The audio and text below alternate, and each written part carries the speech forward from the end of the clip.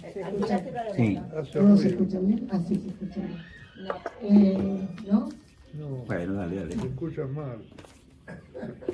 Bueno, buenos días. ¿Se escucha muy bien? Bueno, sean todos bienvenidos. Muchas gracias por estar aquí en una mañana de frío invernal.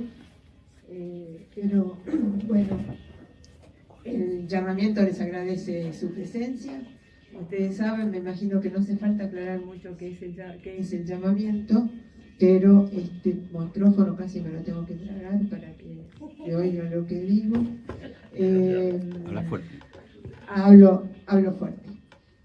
Todos más o menos sabrán que el llamamiento es una organización de judíos progresistas, laicos, humanistas, y que esta organización surgió más o menos hace 10 años, cuando la autodenominada dirigencia judía en Buenos Aires tomó determinadas decisiones que lo ubicaban más o menos en el apoyo político a la derecha. Por eso justamente este año eso debe ser mío. Acá, perdón.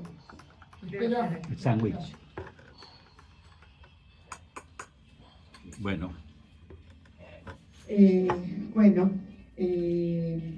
Ya me perdí, pero más o menos creo que dije lo que tenía que decir en cuanto al llamamiento, a lo que representan estos 10 años que llevamos de tratar de representar, o por lo menos amucharnos, los judíos que sentimos que tenemos una palabra diferente a lo que ha sido la autodenominada dirigencia y determinadas cuestiones que están pasando en el Oriente Medio, dejar claro que no es en nuestro nombre.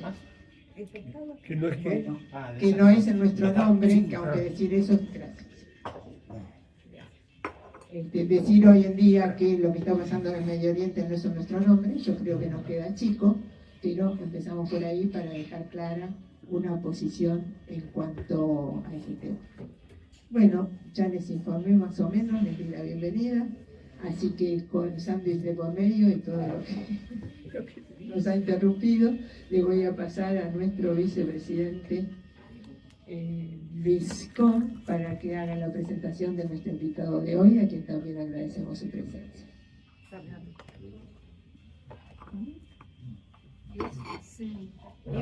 Bueno, yo lo que quisiera aclarar es que usualmente muchos de los que vienen habitualmente, la asistencia es realmente más destacada, más numerosa. No sé qué ha pasado hoy, que ha sido para los que vienen por primera vez o algo que ha sido tan...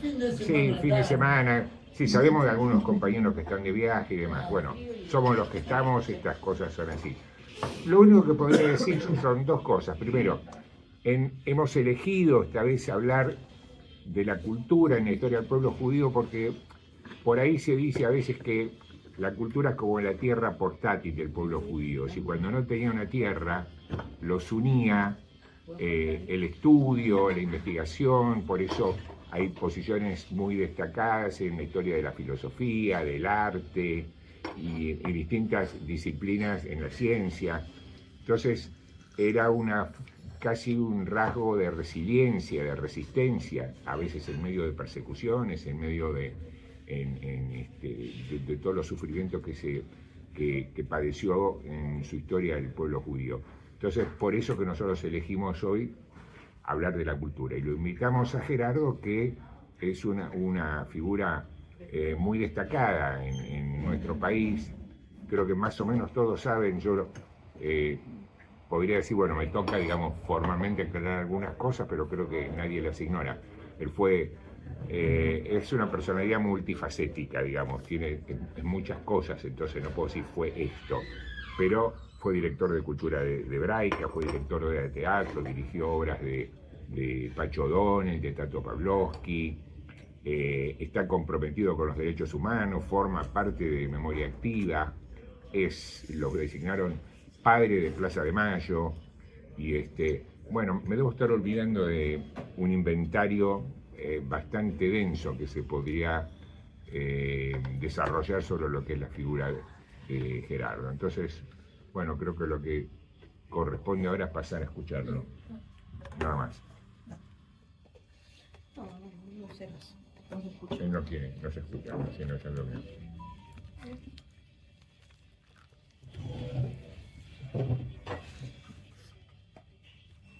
Bueno, pues empezar. ¿Puedo empezar?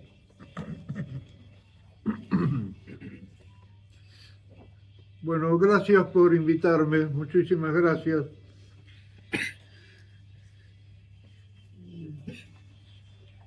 Hay personas que están acá que no veo hace años y eso realmente me impresiona mucho.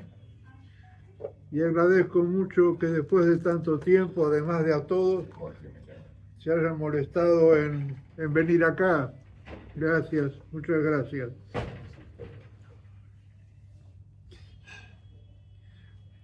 Una querida compañera mía,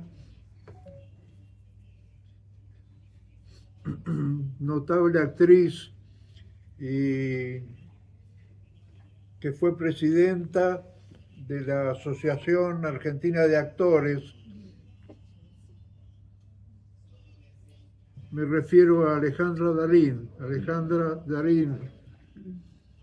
Me emociona pronunciar su nombre, Alejandra Darín. Qué mujer excepcional, por favor. Decía Alejandra, cuando atacan al arte, voy a leer lo que decía exactamente, cuando atacan al arte, como sucede ahora con este gobierno, iba a decir de mierda, pero no quiero usar malas palabras, las retiro. Déjala, ¿Eh? déjala. Te perdonamos. Con esto, acepto, con este gobierno de mierda, lo que tratan es poner límites a la comunicación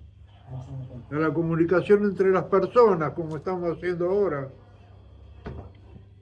o directamente impedir que se dé. Esto decía Alejandra, pero agregaba, vano intento, no lo van a conseguir, y no lo van a conseguir, porque la gente en distintos lugares y en la calle va a seguir manifestando como forma de resistencia para que este país, esta querida Argentina, pueda ser modificada, donde todos podamos vivir de una manera mejor, donde no haya hambre en la Argentina, no se puede creer. Un país que puede alimentar a media América, a medio mundo, acá hay hambre. ¿Cómo se explica esto? Y se explica política y éticamente. Y económicamente. Y económicamente. Económicamente. Así es. El hambre es porque hay un centro en Manhattan, que es el que maneja este país, que nunca se menciona.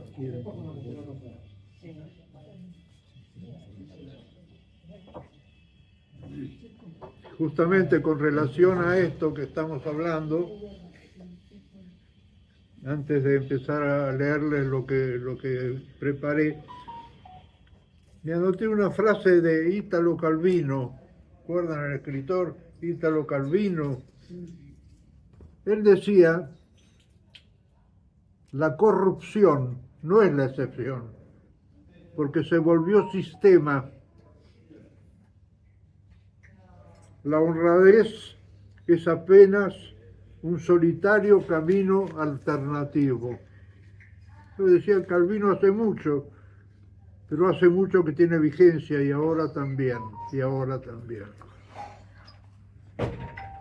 Bueno, vuelvo a agradecer y agradecerle a Luis la gentileza de haberme invitado y a ustedes de escucharme. El título de la charla es Presencia de los judíos en la vida cultural argentina. Ya Luis se refirió a esto. Puedo decir que es impresionante la presencia de los judíos. No fue la inmigración más importante en cuanto a número, pero fue importantísima. No es comparable con la española, para nada, ni siquiera con la italiana, pero fue muy importante en cuanto a soporte.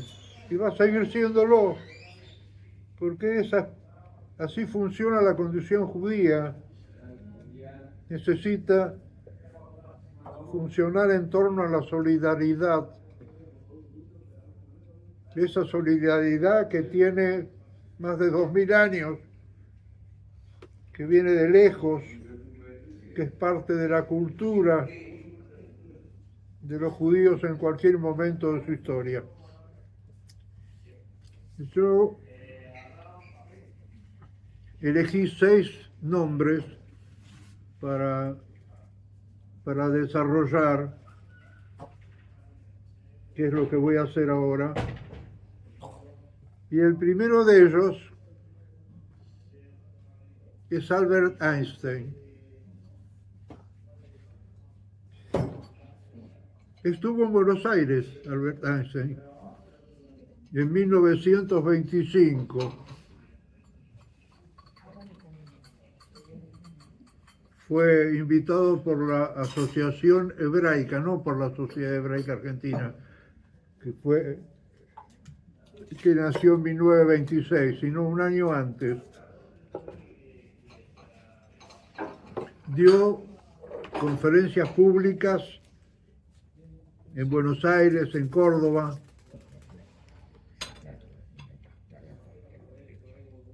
Y en Córdoba ocurrió que algunos científicos lo criticaron, diciendo que la teoría de la relatividad no tenía sustento y que los agujeros negros, luego voy a decir 2 palabras de los agujeros negros, en la atmósfera descubiertos por Einstein, eran un invento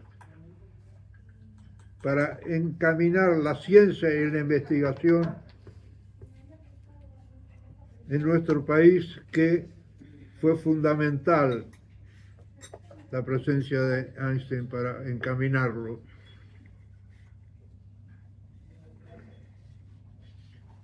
Cuando Einstein supo que sus descubrimientos científicos en alguna medida fueron utilizados para desarrollar la bomba atómica, se transformó en un ardiente defensor de la paz. Albert Einstein.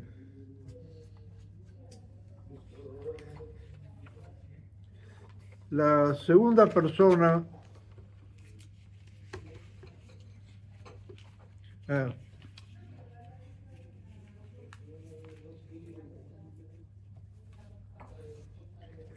a la que quiero referirme es Alberto Gerchunov, don Alberto Gerchunov.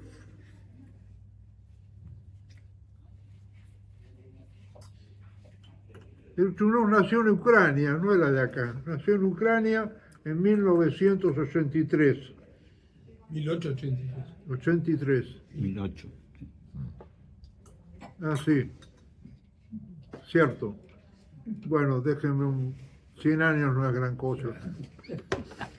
Gracias. Sobre todo en la historia de nuestro pueblo. Exactamente, sobre todo en la historia de nuestro pueblo.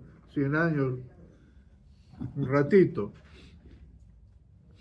Y desde los 5 años, más o menos, se crió en Entre Ríos, que fue el lugar, la provincia, donde desarrolló parte de su vida cultural, que luego, con enorme apasionamiento, continuó acá en Buenos Aires, en la capital, con el poeta, el escritor Carlos Grunberg y otras personalidades y algunos dramaturgos, crearon la Sociedad Hebraica Argentina, una entidad que, bueno, muy importante en el desarrollo de la cultura. La biblioteca pública de la Hebraica lleva su nombre. Biblioteca pública, no cualquier biblioteca. Para ser biblioteca pública hay que llenar muchos requisitos. Y la Hebraica tiene una biblioteca pública a la que puede acceder cualquier persona. No es necesario ser socio. Y tiene muy buenos libros, buenísimos.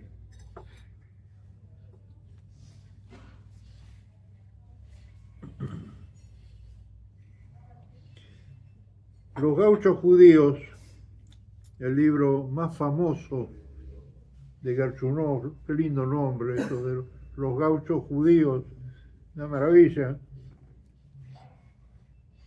Junto con Entre Ríos, mi país, otro de sus libros, cuenta, y esto lo tomé de algún lado que no me acuerdo a dónde, pero textualmente decía, cuenta con una prosa llena de ternura. De esa manera cuenta el mundo real e imaginario de los gauchos y de los primeros inmigrantes de fines del siglo XIX. Fines del siglo XIX, por ahí ustedes se acuerdan, fines del siglo XIX y principios del XX, ahí en el norte de Santa Fe, antes de la colonia judía, cuando llegaron ahí esta primera inmigración, crearon Moisés Ville, la villa de Moisés, se establecieron allí, antes de las colonias que fue, de Entre Ríos que fue después. Hubo una segunda inmigración durante la Segunda Guerra Mundial, en la primera presidencia de Perón, en el 40 y tantos, 46, por ahí. Allí, cuando llegaban los judíos, que trataban de escaparse no solo del antisemitismo, sino de la espantosa guerra, Segunda Guerra Mundial me refiero, vinieron a Buenos Aires y a Montevideo y tuvieron dificultades para acceder al principio. Al principio muchos tenían que ir solamente a Montevideo, pero después esto, por suerte, por fin pudo solucionarse y muchos judíos pudieron entrar a Buenos Aires y quedarse a vivir, entre comillas, dignamente, que es lo que necesitaban acá en la Argentina.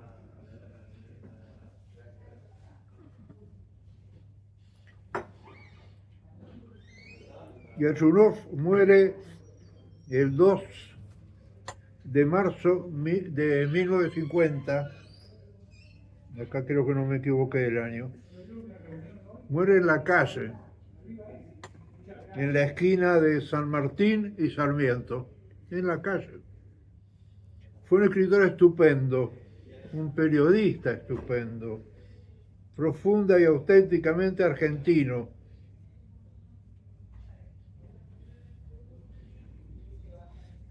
Es una maravilla leer. Quiero saludar a mi querido amigo. Es una maravilla leer por primera vez o volver a leer Los gauchos judíos, se los recomiendo, léanlo, uno se sorprende ahora, aunque lo haya leído, se sorprende volver a leerlo, y si lo leen por primera vez, emociona los gauchos judíos.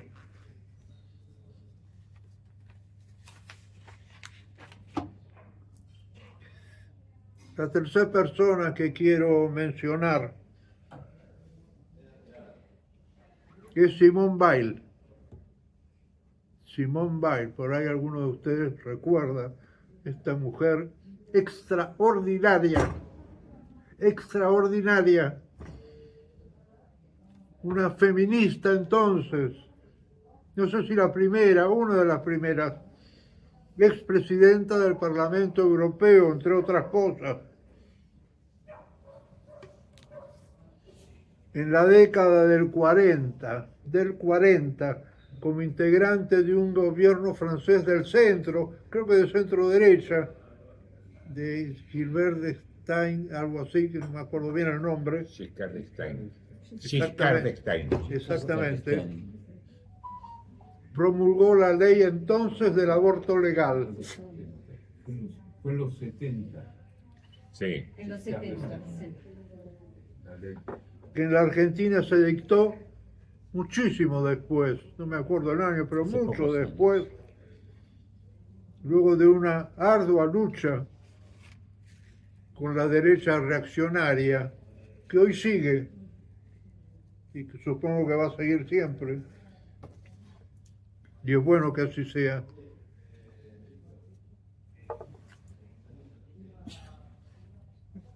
Estuvo de visita en Buenos Aires en 1975.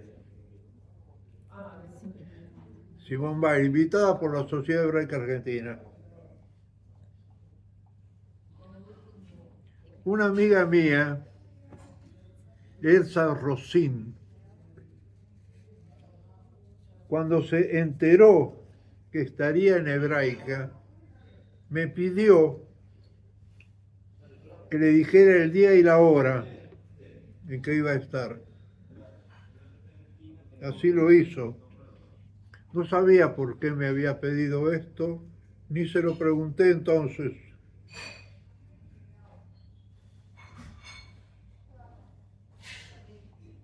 En ese día inaugurábamos en la Hebraica una exposición didáctica sobre la resistencia de los judíos en la Segunda Guerra Mundial. Una exposición muy importante porque mucha gente decía que los judíos iban, comillas, derecho al matadero. Mentira, mentira total. Hubo resistencia en todas partes. En lo que pasa se conoce solamente la del gueto de Varsovia, pero hubo en muchas partes resistencia. ¿Y de qué manera? Y con enorme desigualdad.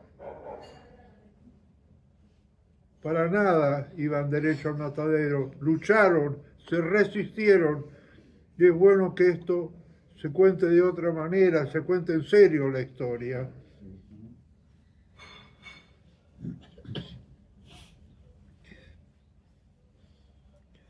Elsa Rosín apareció, fue a la Hebraica cuando inauguramos esa exposición y se encontró con Simone Weil, Elsa Rosín y Simone Weil. ¿Y saben por qué se encontraron? ¿Saben por qué se encontraron? Porque habían estado juntas en Auschwitz. Wow. Estuvieron detenidas en Auschwitz y sobrevivieron cuando llegaron, creo que los rusos. Y se encontraron décadas después, un montón de años después, en el hall de la Hebraica.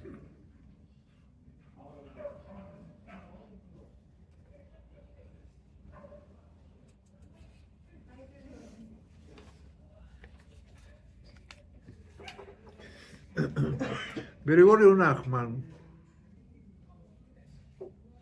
Seguramente ustedes saben quién es Gregorio Nachman. De jóvenes, Nachman, quien habla y varios más, estudiábamos teatro en la Sociedad Hebraica Argentina. Éramos pendejos, estudiábamos teatro.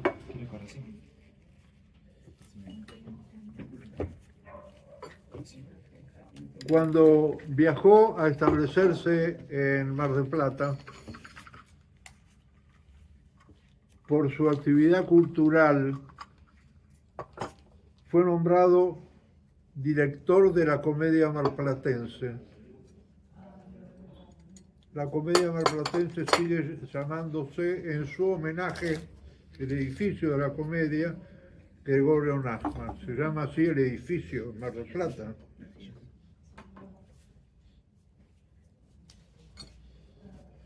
Fue detenido y desaparecido Nachman el 19 de junio de 1976. Por supuesto, como acabo de decir, el edificio, ahora también, y va a seguir siendo, lleva su nombre en su homenaje. Gregorio Nachman era pelirrojo. En el escenario del jazz de la Hebraica protagonizó el monólogo, creo que de Ibsen, aunque no estoy seguro, Pelo de zanahoria. Y además fue uno de los protagonistas de una obra de Arturo Capdevila. ¿Se acuerdan por ahí de Arturo Capdevila? Bueno, Arturo Capdevila escribió una obra de teatro, aunque no era un dramaturgo realmente, que se llamaba La Sulamita. La obra era bastante pesada, muy solemne. Había que tener paciencia para verla. Y nosotros, junto con Nachman también, y que presentamos con público amigo exclusivamente, no en forma pública a todo el mundo, improvisamos una obra en réplica, un poco a la Sulamita, quizá algo grosera, que se llamaba entonces La Sulamita busca marido con guita. Hicimos eso ante la solemnidad de la obra original y nos divertíamos, claro. Nachman participó de eso.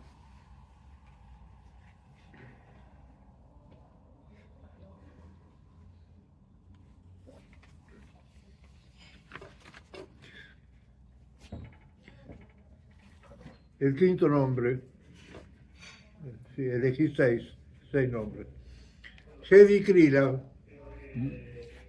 probablemente varios o todos ustedes conozcan a Hedy Krila. Una maravilla, otra maravilla de mujer.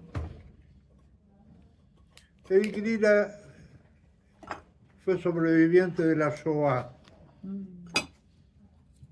Había vuelto de Europa escapando de la persecución a los judíos, de la civilizada Europa,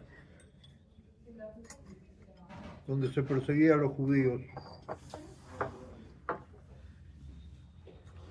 Cobró una indemnización entonces del gobierno alemán y con esa indemnización se compró una casita en Pinamar. Nos invitó a conocerla, viajamos con ella juntos a Pinamar a conocer esa casita junto con Hedy Krila. Ella traía, como directora de teatro, un concepto nuevo para la construcción de un personaje, la improvisación. No se usaba la improvisación hasta entonces para construir un personaje. Improvisar, es decir, caminar, moverse, sentarse, sonreír, hablar, imaginar. Todo un proceso de desarrollo para construir el personaje durante los ensayos. En ese sentido, hay que considerar a Hedy Krila que fue una revolucionaria, porque a partir de sus enseñanzas, los elencos empezaron a ensayar improvisando. Y no solo los actores, también se improvisaba a ver qué luces se iba a elegir, o dónde ubicar la escenografía, y así cada uno de los elementos que componen una escena en un escenario. Una revolucionaria, Hedy Krila.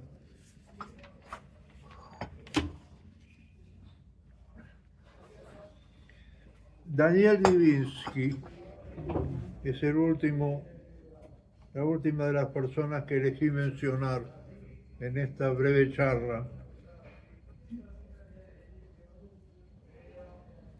Daniel Divinsky era editor. No es casual para nada que en el plano de la creación literaria se incluya un editor. En general no es así. Pero Divinsky sí.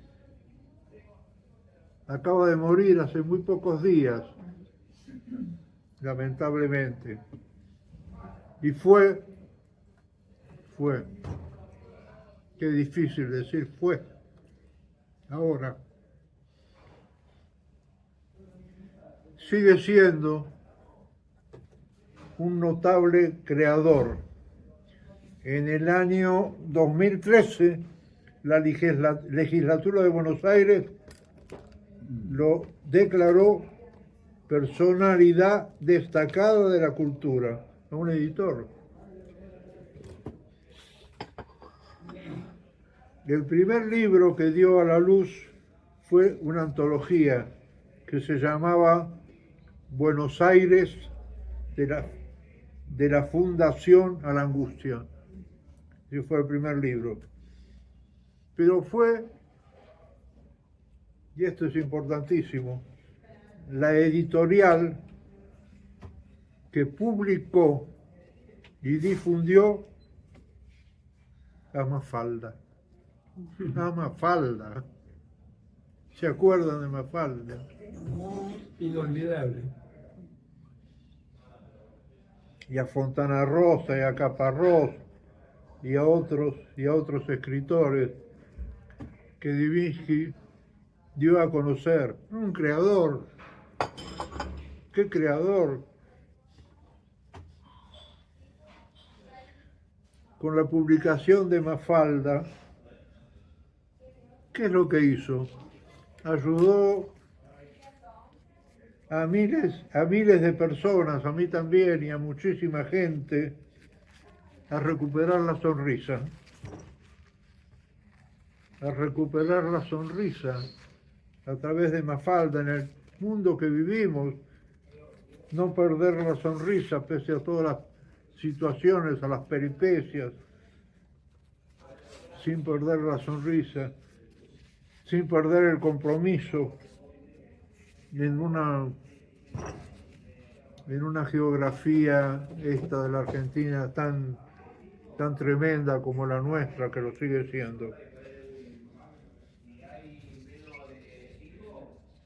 Daniel Divinsky fue un creador que trabajó de editor. Podemos imaginarlo, si les parece bien, paseando por Corrientes, por la avenida Corrientes, a partir de Corrientes y Callao, por ejemplo, del brazo con Quino, y llevando de la mano a Mafalda. Podemos imaginar esto. Divinsky con Quino y de la mano a Mafalda. porque si miramos para arriba, vamos a ver también en esa escena imaginaria que en la ventanita del obelisco se esboza una sonrisa. Hasta acá quería llegar. Esto es lo que quería decir. Muchas gracias.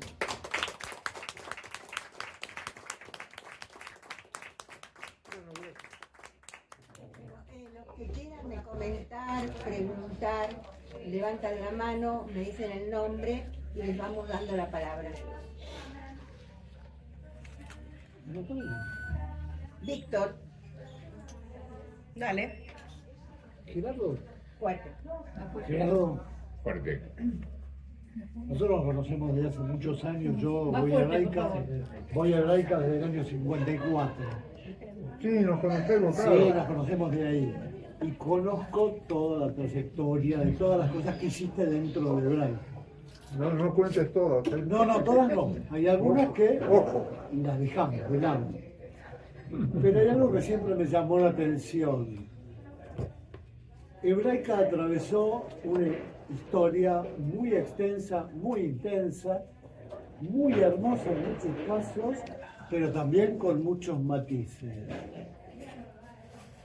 Atravesando esos matices, donde Hebraica, la parte directiva, funcionó de una manera totalmente opuesta a lo que vos sos y fuiste toda mi vida, ¿cómo hiciste para compatibilizar?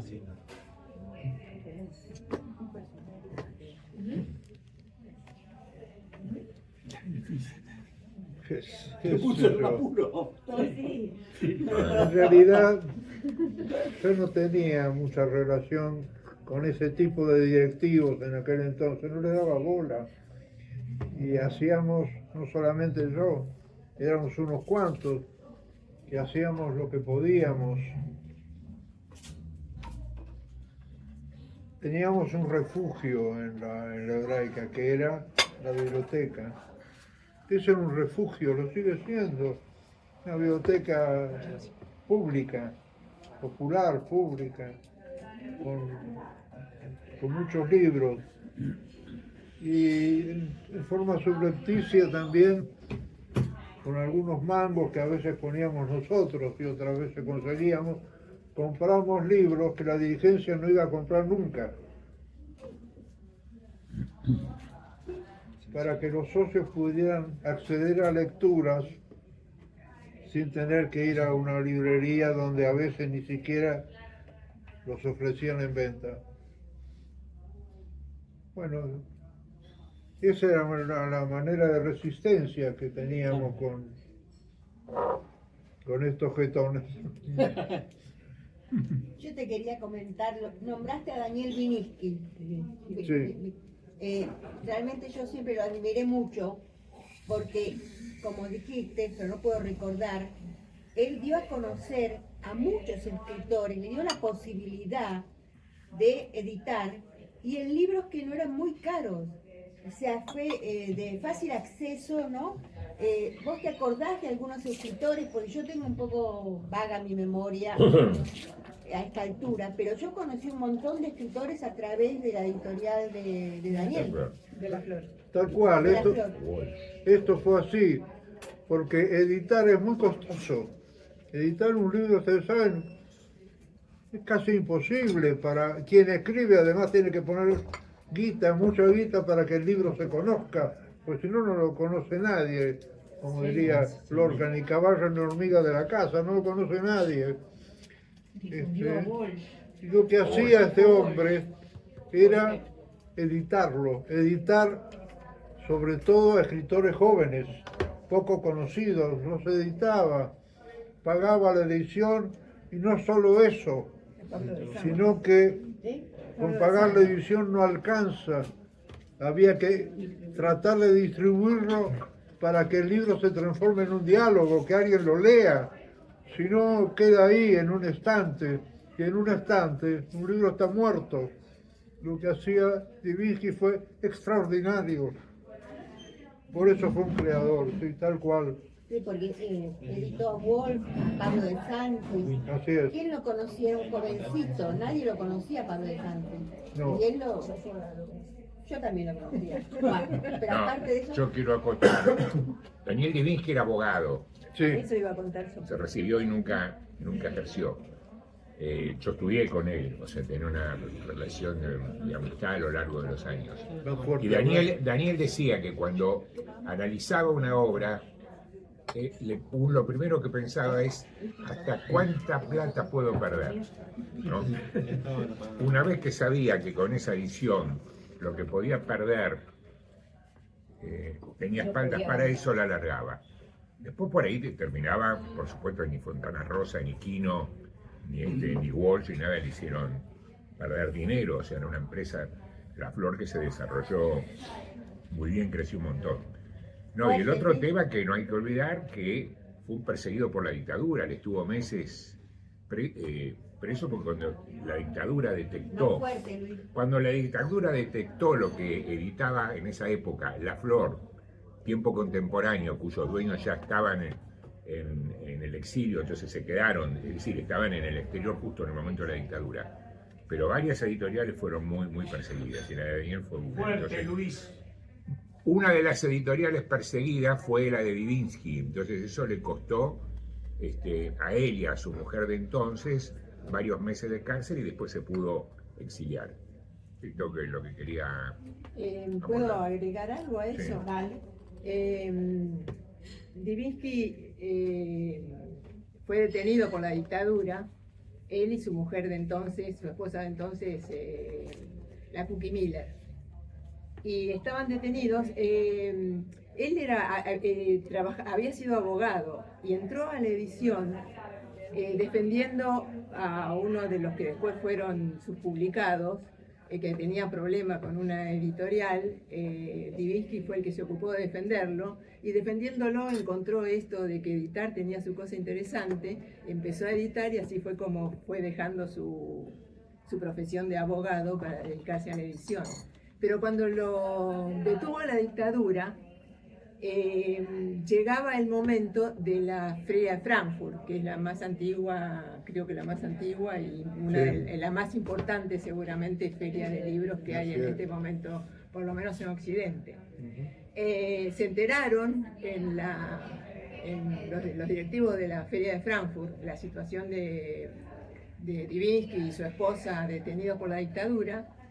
Entonces viajaron a Buenos Aires a pedir por la liberación de Divinsky, que era la feria del libro, que Divinsky era una persona importante que tenía que estar en la feria y que venían a pedir que se lo liberara para que pudiera viajar a Alemania a la feria.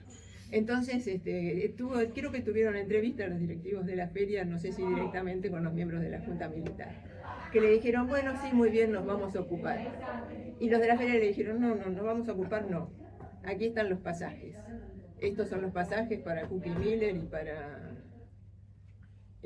para Divinsky. Y bueno, fue tal la presencia, los pasajes y la presencia de estos directivos de la feria, que seguramente fue eso lo que hizo que Divinsky pudiera ser liberado y viajar. Viajó, bueno, después se exilió en Caracas, ¿no? Bueno, esa anécdotita ¿Tu nombre es? quería contar. Ricardo. Dale. No, simplemente aportar un recuerdo de un gran amigo que Fuerte. tuve. Aportar un recuerdo de un gran amigo que tuve que se llamó Bernardo Cordon. Ah, sí. ¿Qué dijo? Bernardo Córdoba. Bernardo Córdoba. Fue muy amigo mío, porque el papá tenía una imprenta en la misma cuadra donde vivía. Y otro gran amigo fue un señor Schwartz, que era editor, creo que del siglo XXI, siglo XX, no me acuerdo. Cordon hizo Arias Gardelito. Cordon y Schwartz, del siglo XXI. Trata de hablar más fuerte, por favor. Cordon hizo Arias Gardelito, reportaje a China, escribió varios libros interesantes. Y él era un tipo muy interesante, muy macanudo. Bueno, nada, quería traer ese hombre acá como representante de la cultura judía en el país, ¿no? Bueno, gracias, Ricardo. ¿Quién más quiere comentar algo, aportar algo, preguntar algo? Quiero aclarar que no lo había hecho antes, me olvidé.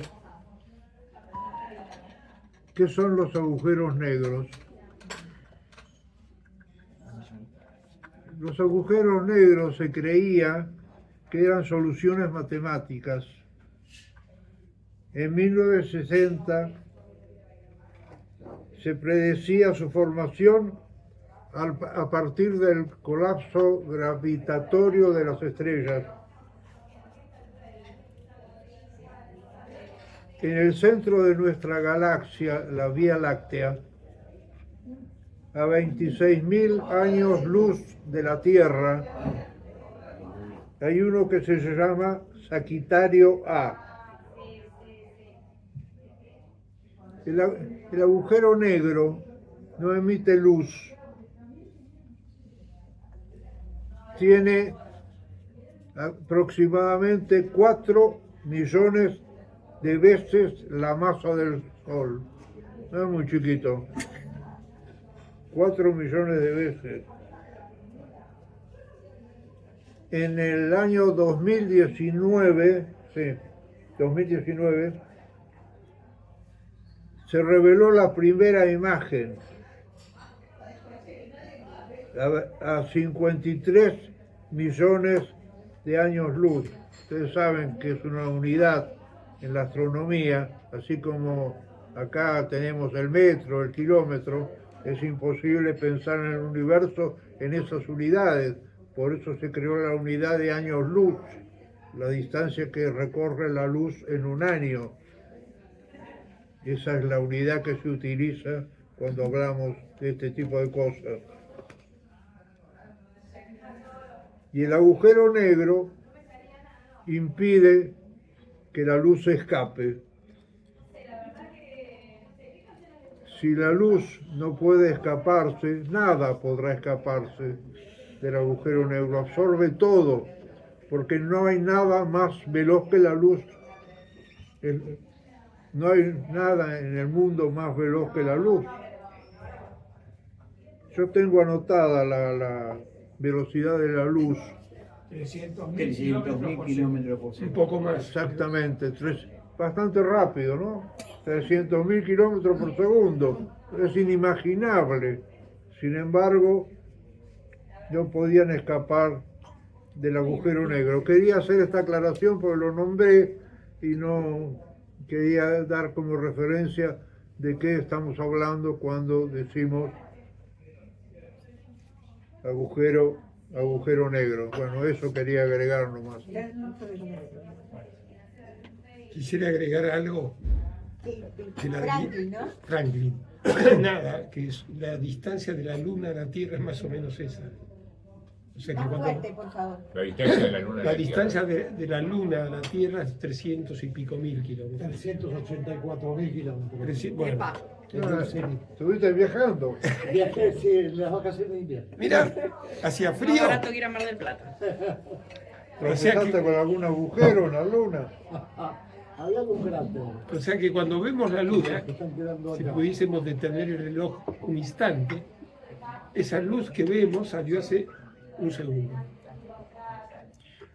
Puede ocurrir, por ejemplo, que veamos, para saber de dónde, la luz de una estrella que sigue viniendo y que puede ser que la estrella ya no exista. Claro, claro.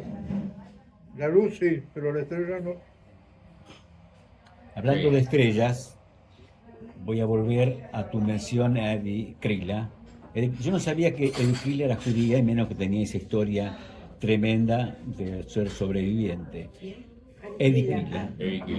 Pero recuerdo, cuando era adolescente, que Eddie Krila era una figura muy importante en la Era historia. una figura muy importante.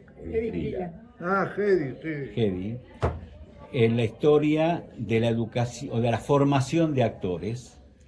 Fue una gran educadora, una gran formadora.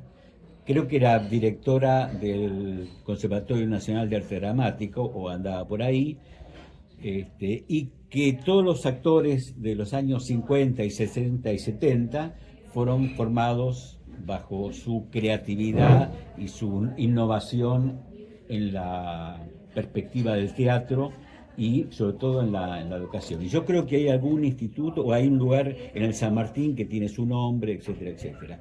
No ha trascendido hasta esta época, no sé por qué, pero dejó una estela muy fuerte en la formación de actores en la Argentina. Sí, Augusto Fernández, por ejemplo, el director famoso, se Sí. formó con ella. Sí, toda la... El pendejo estudió con ella. Todos los actores y directores de esa época, y por supuesto que transmitieron esa formación a los actores actuales, y creo que el teatro argentino, que no es poca cosa en el mundo, le debe una gran porción de su creatividad y desarrollo a Eddie Krill. Si uno agarra ahora la cartelera de teatro, es impresionante la cantidad de teatros que dan obras de mucho nivel. Uno puede poner el dedo, elegir cualquiera, ir al teatro y lo va a pasar bien. Pero a eso tiene mucho que ver las enseñanzas de Eddie Krill, cómo se debe ensayar una obra de teatro para ser representada. Y esto lo hizo esta mujer excepcional, estoy de acuerdo. Yo voy a... ¿Tu nombre es? Graciela, voy a Graciela. aportar algo más. Creo que si no está suficientemente reconocida Eddie Krill, es porque ella además usó las técnicas Más fuerte. las técnicas de Stanislavski y estaba Sí. muy ligado al Partido Comunista. Entonces, no trascendió porque era bolche, queridos. Es esto. Y esto sigue siendo así. Y esto me permite, tal vez, una reflexión pseudofilosófica respecto de los agujeros negros. Respecto a De los agujeros negros. Si estuviéramos en un agujero negro, no tendríamos salida. No estamos en un agujero negro, somos una luz, podemos salir adelante y eso se sale con lucha y se sale con solidaridad y se sale con presencialidad y se sale con propuestas. Entonces no podemos quedarnos en esta época pensando en los agujeros negros que nos han atrapado. Estamos en una época negra, pero no es un agujero negro.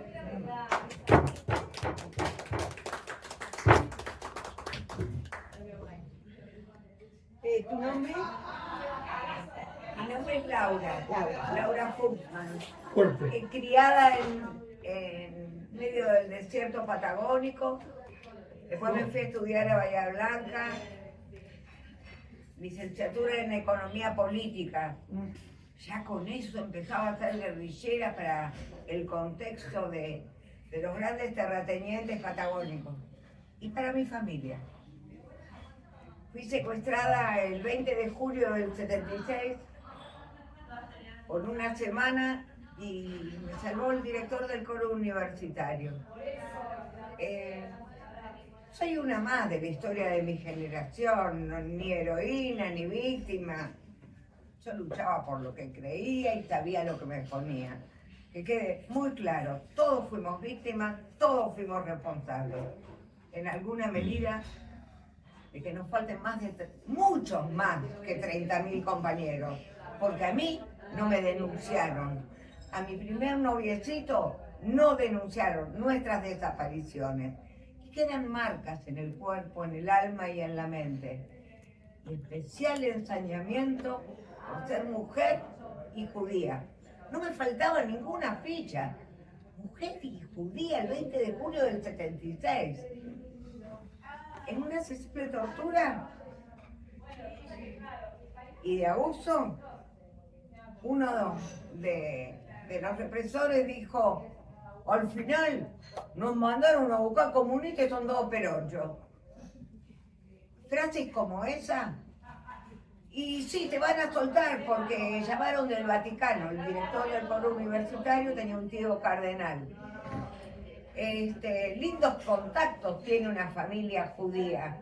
Todas putas y guerrilleras. Hay un libro que se llama así, Putas y guerrilleras, respecto a las que éramos militantes. De Miriam Lewin. 10 días después de casada pude tener relaciones que jamás había tenido y en mi época no era algo raro. Digamos que las marcas, hasta en mi iniciación, de mi sexualidad, y luego mi pánico postraumático en la crianza de mis hijas, han dejado huellas. Pero salí del agujero negro que era el centro clandestino de detención. Mis 2 chicas son militantes, una de ellas, Yamila Ipay Guzmán, vino a dar una charla acá como comunera de... Sí, Yamila, sí. De las 5, Belgrano... Amorosa Yamila. Belgrano, perdón. Me emociona. Es comunera de acá, Boedo Almagro, Boedo. Yamila. Almagro, sí, de la Comuna 5. Comuna 5, tal cual. Y me emociona porque se hicieron cargo. Me emociona que mi nieto Ernesto, de 15 años, haya sido elegido por unanimidad como delegado en el Consejo de Estudiantes en su colegio. Eso es salir del agujero negro, trascender en nuestros hijos, en nuestros nietos, poder vencer los prejuicios que nos han costado tener que defender a mis hermanos menores y a mí, ante los judíos que por habernos criado en un pueblo donde éramos la única familia judía, decir que no les habíamos matado a Dios, que no habíamos vivido en esa época, cuando teníamos 6, 7 años. Y los chiquitos que hacían catecismo nos decían, ustedes mataron a Dios, yo no estaba en esa época. Bueno, en la dictadura, ser especialmente, no solo yo, mis compañeros de militancia, Zulma Matskin, Alejandro Benamo, Alejandro Tarchiki, en una oportunidad dijeron, ¿qué pasa? Acá está todo el Betam. El Betam es el club judío como acá es hebraica o acá, en Bahía Blanca, que ¿no? te interrumpa, tratar Y digo el silencio, y acá cierro. El que ni mi familia, ni mis amigos me permitieran jamás hablar del tema. 7 años después pude hablarlo con mi psicoanalista Nora Merlín, que escribió en página 12. La condena del silencio tiene que ver mucho con una canción, porque estoy muy vinculada a la cultura, bailo tango, canté en coro, voy a peña folclórica, arte comunitario, en Arte en Lucha, grupo de teatro popular, en los pompapetrillatos, pero no decir durante tantos años tiene que ver con esta canción que se llama El abrazo vacío. Por eso vengo acá, para encontrar ese abrazo, para decir que puedo gritar sin miedo que cualquiera de los que estamos acá o me escuchen abajo dé un servicio. Gracias. Gracias a vos.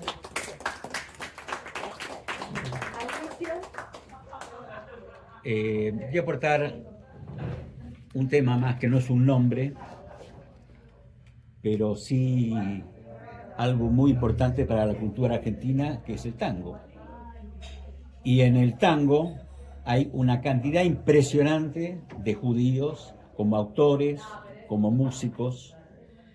Hay un otro judío argentino notable, Julio Nudler, periodista, economista, que editó un libro que se llama Tango Judío, que tiene una enumeración pormenorizada de los judíos argentinos o gringos que aportaron su inspiración y su saber al tango, que es enorme, una cantidad de tangos famosísimos que son de judíos. Hubo un montón de cantantes y de músicos, algunos incluso con seudónimos que no sabemos, y otros muy importantes en el desarrollo de esta música tan nacional.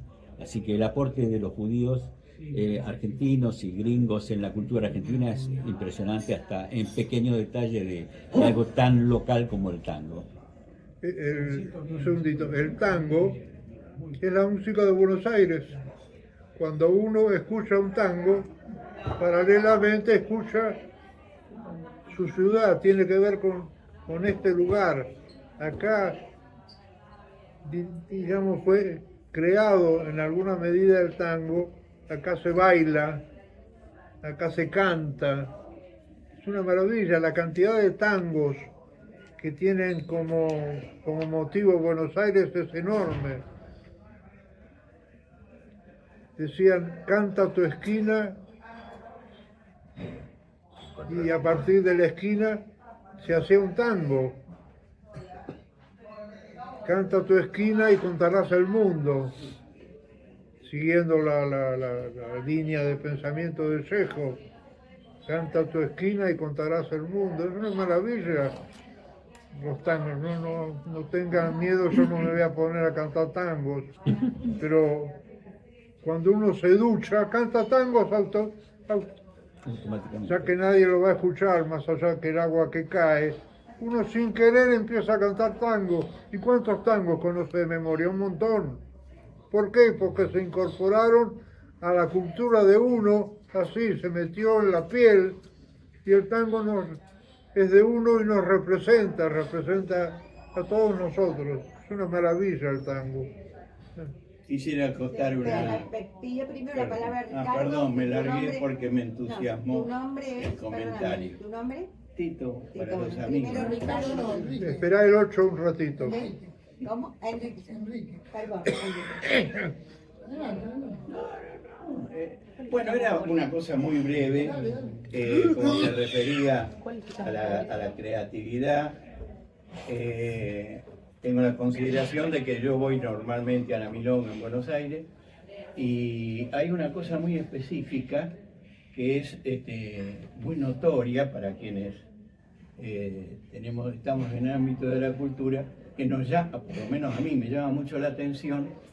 Yo creo que es uno de los pocos, no sé si será el único ámbito en la ciudad de Buenos Aires en que usted se encuentra con el más rico, con el más pobre, con el más anciano, con el más joven, con la más fea, con la más bonita. Todo el mundo tiene la misma gratificación por el hecho de participar en ese ámbito. Bueno, Enrique. Sí. Bueno, hoy es mañana de recuerdos, porque antes fue lo de Córdoba. Bueno, ahora, hablando del tango, me recuerdan ustedes que mi vieja, que era violinista, tocaba tango en orquesta de señoritas. Tocaba en todas las confiterías, en el Olmo, en el Chantecler, en el Tibidabo, incluso tocó en los lupanares de Tigre, etc. Ganaba mucha guita, ganaba más guita que mi viejo, que era Schneider, era un sastre. Y el segundo recuerdo es que yo, que soy técnico en comercialización, me recibí en la OR. Hice una casa de tango para el Sindicato del Automóvil Club Argentino que se llama Cátulo, en homenaje a Cátulo Castillo, que está en la esquina de Anchorena y Celaya. Quiero comentar que la casa es maravillosa, pueden ir cuando quieran, porque a mí, después de 7, 8 años, como era un sindicato, me dieron, como se dice en francés, una patada en el cul, y vino una paracaidista a hacer la gerencia, a mí que hice esa casa de 0 kilómetros del terreno. Y quiero, último, y acá cierro, en el escritorio mío había un que se llamaba compañero, que me dibujaba la suástica con una virome. Yo tenía un escritorio con madera, y me dijo, yo no lo veía, por supuesto, pero sabía que era él. Cada 2 por 3 tenía una suástica en el todo. Yo quiero acotar una cosa. ¿Cómo? El lugar ese no se llama el Zorzal, No, se llama Cátulo, está en la esquina. ¿Anchorena y Celaya? Exactamente en la esquina. No, ayer me dijeron que se llamaba el Zorzal. Pero querido, tiene la foto de Cátulo. No, está bien. nunca... Hay un fenómeno interesante que creo que vale la pena No, porque yo contar. también bailo Hay, tango. hay músicas. Quería hablar Víctor. Palabra. Perdón. No, era una cosa muy cortita con respecto a lo que estaba diciendo él. Hay muchos tangos escritos en yiddish en campos de concentración. Claro. En guetos también. En guetos también, pero... Frilin, por Llamativo. ejemplo, Frilin es de un gueto. No, yo lo que quería contar era esto. Hay en la historia de la música estas esferas, así como puede ser el tango, el fado, el flamenco, tienen un sabor secreto, popular, que la cultura nace en un lugar, se desarrollan, crecen y tienen que ver con esos pueblos. Por eso, cuando algún músico clásico quiere incursionar en el tango, algo suena mal. Han tocado tangos, que es Arturo Rubinstein, canta tango por ahí Serrat, Caetano Veloso, Barenboim quiso hacer tangos. Y algo nos cierra porque hay algo que se respira, es como si nosotros vemos el fado nace en Portugal y hacer el fado de afuera siempre va a tener algo incompleto. Lo mismo como cité por ejemplo el flamenco. Entonces, el tango se respira al punto tal, yo hago algo de música, ¿no? Y a veces algún músico clásico, en una época tenía una orquesta de cámara en música clásica, y cuando yo tocaba un tango, me decían, ¿cómo haces? ¿Cómo haces? Y le digo, mira, no sé cómo hago. Es decir, esto no se puede enseñar, no se puede aprender porque se respira.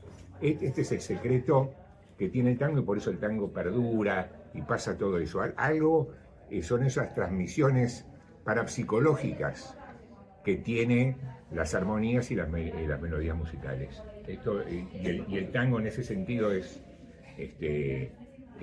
rotundo todo esto que estoy contando. Nada más. Perdóname un segundo, quiero agregar, por ejemplo, que Cátulo o Mansi, autores de tantas letras maravillosas de tango, eran escritores, sabían mucha literatura, eran cultísimos y escribieron letras de tango que si uno quisiera podía publicarlo como libros de poemas, no letras de tango solamente, poemas, porque eran poemas, eran unos escritores fantásticos. Y más aún, podría agregar, yo lo conocía, tuve la suerte de conocerlo bastante, a Astor Piazzolla, Astor Pantaleón Piazzolla. Cuando uno escucha Adiós Nonino, bueno, es emocionante, es impresionante. Es una música que te penetra y que la podés escuchar montones, miles de veces y te va a emocionar siempre.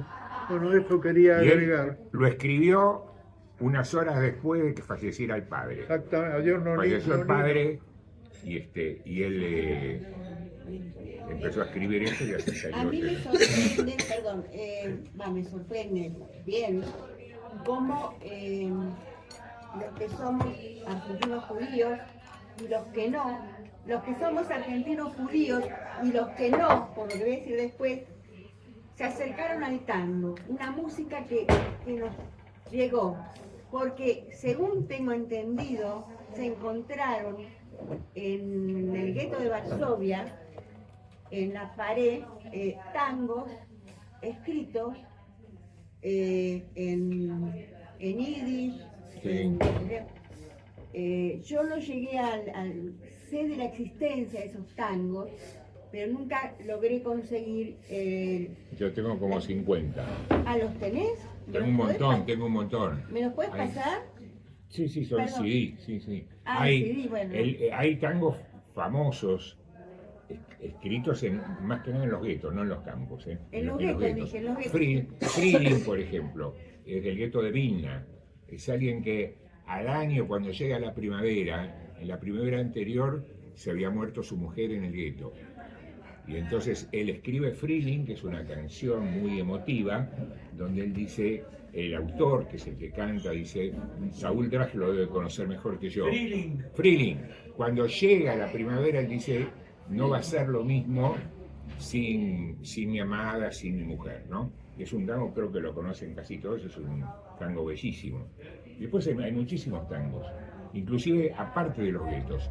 En Polonia, antes de la guerra, en Polonia se bailaba, se tocaba, y hay muchos tangos compuestos. Saúl, él quería hablar. Sí. ¿Ustedes saben qué quiere decir la palabra tango? Tocar. Tocar. Claro, tocar. Tango tangere es el verbo tocar. Claro. ¿De qué idioma viene? ¿De qué idioma viene? Latín. Además, tango era Claro. el espacio donde se transaban los esclavos. Por eso ahí surge el tango del cachengue. Y bailaban entre hombres, y como en la capoeira en Brasil, abrazados, muy juntos como se baila el tango, se pasaban información sobre quién iba a ser vendido o matado. Sábato decía que era Perdón, un Luis. pensamiento Franklin triste que se había pedido baila. la palabra. Perdón. No, solo quería contar que la esposa de Astor Piazzolla era judía. Una de las esposas. Creo La que era primera. no me acuerdo cuál. Una. No, porque yo vivía en la casa Piazzolla, tuve el honor de ¿Ah, sí? una casa donde vivió él, sí. Escuchen La- Libertango de Ferrer y la letra de Ferrer y Piazzolla, su música. Y creo que es uno de los poemas más bellos que he escuchado. Libertango está en YouTube. Me gusta para el Grace, que puede ser un sacrilegio. Me gusta ese. Mirá cómo se lee el tango. Disculpa que no levanté la mano. No, está bien. Y después, chicos, perdonen, después vamos cerrando. Sí. Bueno, después habla Víctor y después vamos cerrando. En el tema del tango, el gobierno chino hizo un festival de danza folclórica. Estoy hablando de hace 10 años atrás, o más. Y pidió tango, no quería música nativa de acá de Buenos Aires. Yo estaba en Cátulo. El jefe de los bailarines de Cátulo era un muchacho que estaba en el sindicato, bueno, y conocía gente en la embajada de China y le tocó a Cátulo aportar los bailarines para ese festival que se hizo en Beijing. El secretario general me llamó y me dijo, Enrique, vos tenés que ir. No, porque no van a ir los bailarines solos. Entonces, bueno, tuve que viajar con los 10 bailarines a China. Todo, obviamente, todo invitación del gobierno chino.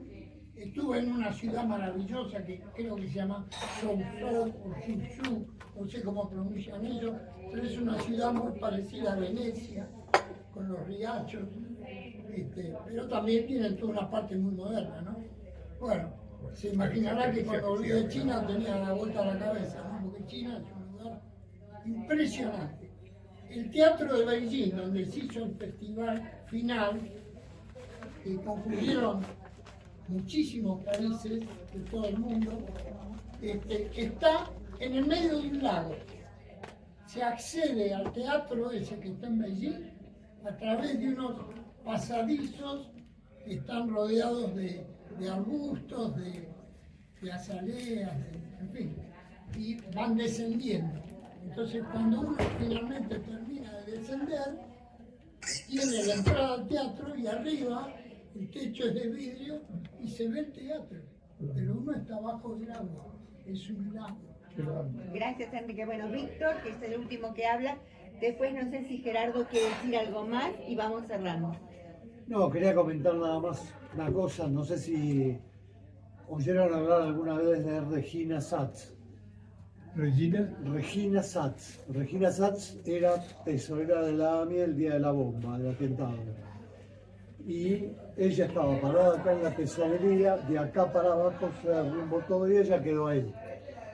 con los pedacitos de cerámica, de baldosas, de todo lo que fue quedando, creó la sonrisa de Gardel, que es una obra de arte hecha con todos esos escombros que fue recolectando ella con sus alumnos, porque además era maestra de arte. Y lo hizo en su casa paterna en Boedo. O sea, toda la casa, todo el frente de la casa, son retratos de Gardel hechos por toda esa gente. ¿En qué calle? Regina, en la calle Inclán, no sé exactamente cuál es la esquina, Inclán. que es en la calle Inclán. Esa es su casa paterna, donde ella nació. Y ahora, el 28 de agosto, está ahí un recital, ella misma y esa banda. Regina, la tuvimos como invitada en las funciones del Teatro del Cine Debate que hacemos todos los terceros miércoles, viernes de cada mes. Y ella estuvo presente cuando pasamos el documental La sonrisa de Gardel. Bueno, va a cerrar Gerardo y les agradecemos la presencia. Dos palabras para cerrar. Muchas gracias. No, gracias a vos.